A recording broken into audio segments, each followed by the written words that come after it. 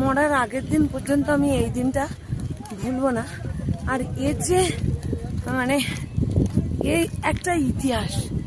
আর আমরা এসে পৌঁছেছি বিশাল বদ্রী ধাম। আর আমার বাবান এগিয়ে আছে। বাবান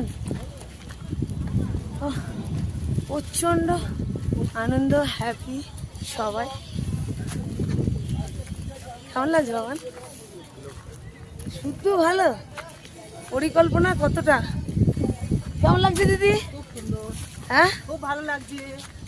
দাদা দাদা কেরম স্বর্গ মনে হচ্ছে না? বলো কেমন লাগছে? অন্তত একবার মানে এই যে এই জায়গায় একবার অন্তত প্রত্যেকের অনুরোধ করব, একবার যেন অবশ্যই আসে। চারধাম নবীদি বলো।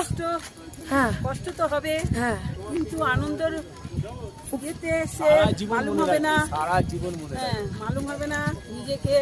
যে আমরা কোথায় এসছি, এই তো মন এনজয় করবে, নিজেকে সুস্থ রাখবে, শরীরটাকে।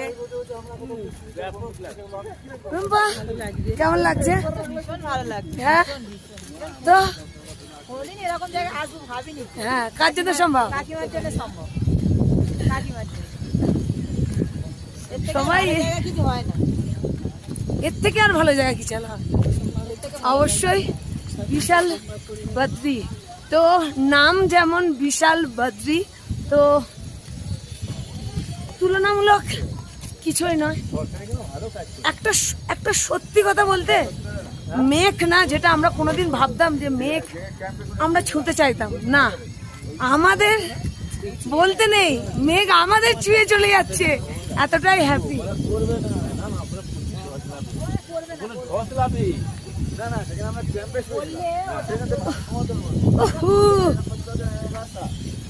আমার পরিবার টোটাল, এটা আমার পরিবার। পিছনে 3 জন, সামনে 4 জন। দেখো টোটাল এই পরিবার নিয়ে আমি এখানে বেড়াতে এসেছি চারধাম। আমার যে প্রোগ্রাম, যে আমি যে এদেরকে নিয়ে যে আমি সাকসেস, আমি তোদের নিয়ে সাকসেস। নুম্পা